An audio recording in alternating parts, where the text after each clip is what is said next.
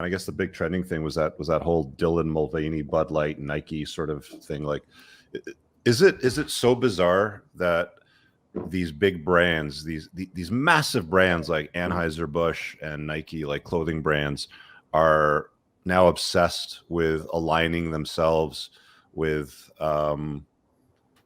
biological males that are pretending to be women? I don't know. What do you guys think about that? Is it surprising? No.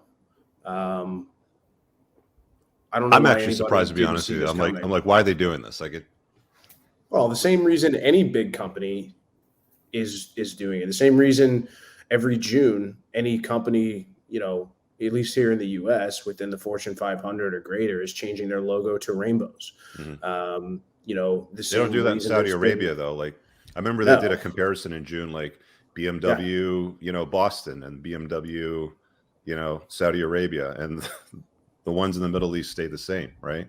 They go for the trending thing, don't they? Well, because it's no longer about money. It's about staying in power, and it's about executives at these companies that want to continue to stay in their jobs and continue making money. They have to pacify the woke crowd. So, if Do they they, don't, or is it of like course, offshoot people in the marketing department that have way too much power? That's what I'm wondering. it's definitely part of it. It's definitely this whole diversity and inclusion that's just become an entire department now, and now it's become as important as marketing and or sales. But it's all of that. It's the risk of I can't remember. It was I believe it, I don't can't remember which. I think it was Coors a few years ago. You guys remember those commercials where they ran those in the Super Bowl? It was like, it was a song like "I Love Twins" or something. I can't remember exactly what it was. Somebody might be able to pull that clip. But that's how far we've come. We've Like gone Coors Light, like from is in the beer company. they ran a commercial, yeah, and it was like during the Super Bowl, and it was this guy singing like a song, and it was like, you know, I can't remember exactly how the words went, but basically, he was talking about all this manly stuff.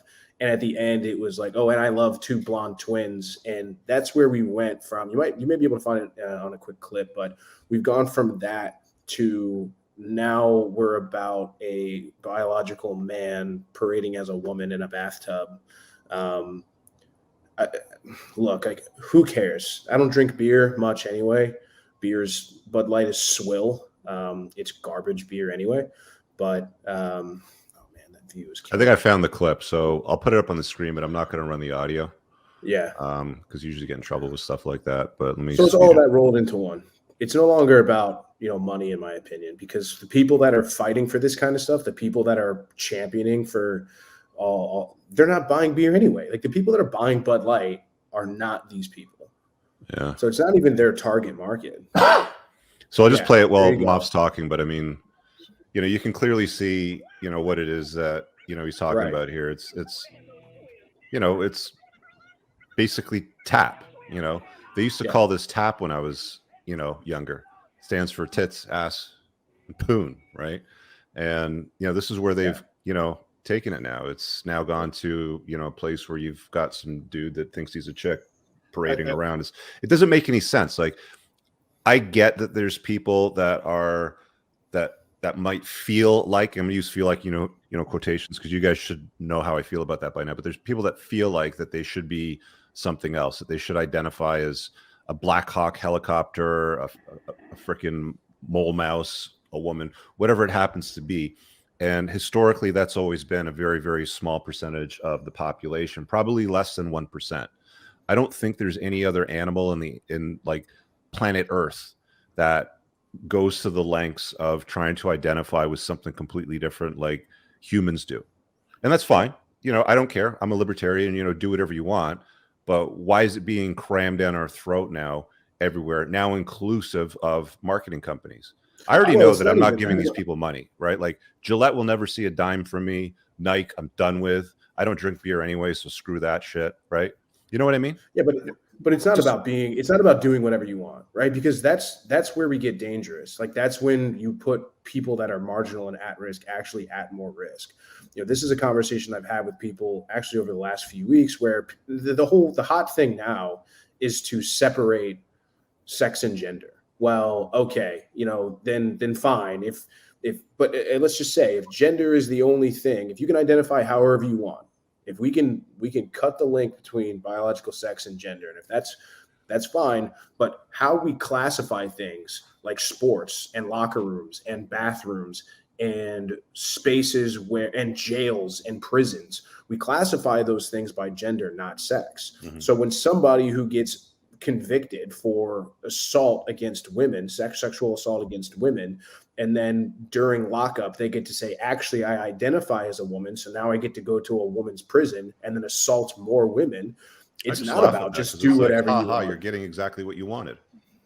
So, Well, let me just chime in here for a second. So, first of all, like, I'm not a helicopter, but I do identify as a Black Hawk for sure. So, well, guys, this did you say Black Hawk or Black Hawk? Oh, Black Hawk. Black Hawk, of course, Black Hawk. I think there's two things in my opinion that are going on. So first of all, like, these companies, like, they have nothing to lose, though. Okay, like, the idea of boycotts doesn't really work because these companies own so many brands that if you like drinking beer, you're going to be drinking one of their products, no doubt, though. So they don't really have anything to lose. Like, you know, like, and in my opinion, it is about money. Like, these companies have marketing departments that have, like, just hundreds of people in it that, like, they know what they're doing. They run the numbers. They know how much they're going to lose if they run these campaigns.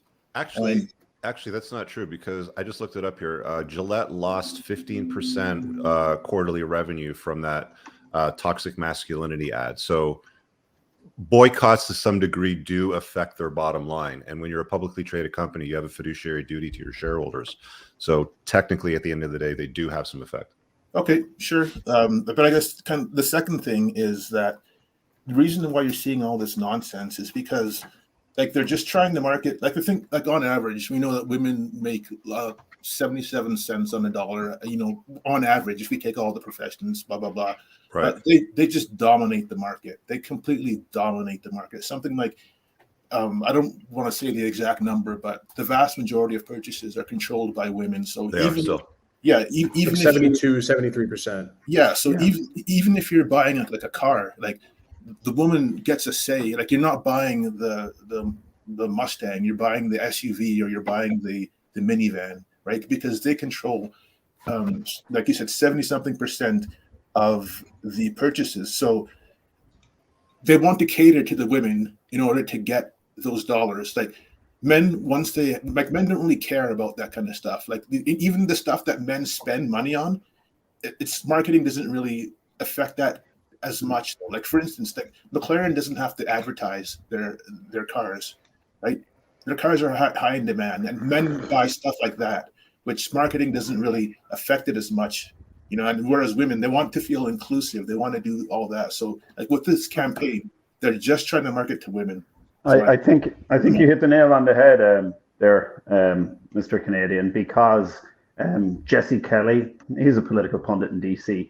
He said the biggest, most adherent demographic to this current insane woke Marxism gender stuff is the white liberal suburban woman, and she's the equivalent of, like, the, you know, Mao's pajama wearing people back in the Chinese Cultural Revolution. And Peterson also alluded to it when he said, you know, some and if you look at it, like, I got black friends that live in the hood.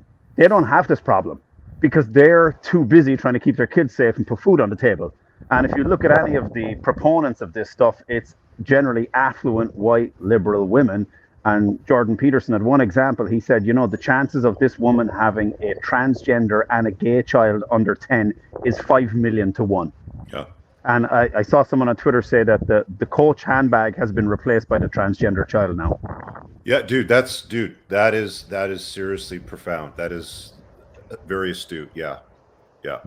It's so that's where it's coming from, and it's just what our buddy just said there. That's marketers target.